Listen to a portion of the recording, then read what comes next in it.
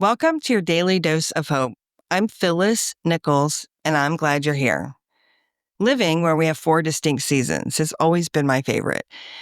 I like that things change. It marks the passing of time, but it also brings appreciation and hope for the seasons passing and the new opportunities ahead.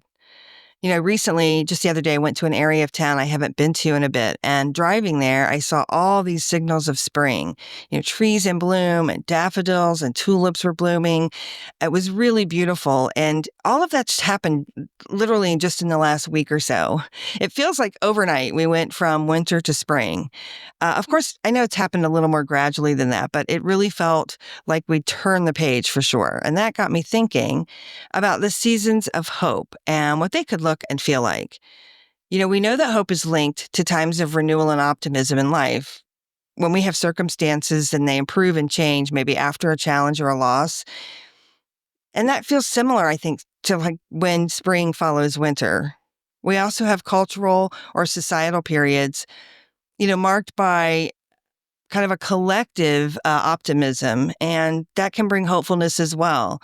I remember, how it felt when COVID restrictions eased and we felt like hopefully we're towards the tail end of that and that people that we knew would quit getting sick and people would stop dying. I mean, it was really a traumatic time and it definitely felt good. I felt like there was collective hope when it started lifting and things started getting back to what we would call normal, right? Transitional phases in life is another season, I think, where hopefulness can pop up. Things like graduation, a new career, a new love, certainly, or getting married, having children, moving to a new city, even making big life changes brings us hope for the opportunity and the future ahead. Right now, I'm reading The Power of Moments by Chip and Dan Heath, and one of the insights they shared is this idea that we don't remember things exactly how they happened, but how they felt, particularly how they ended. And they gave an example of somebody on vacation and the beginning of the trip doesn't go well, flights are delayed, there's some problems, and then it rains a few days. But then it ends with 2 perfect days at the beach before heading home. And when asked a few weeks after you get back, we're much more likely to rate that vacation as a great vacation because it ended on such a high note.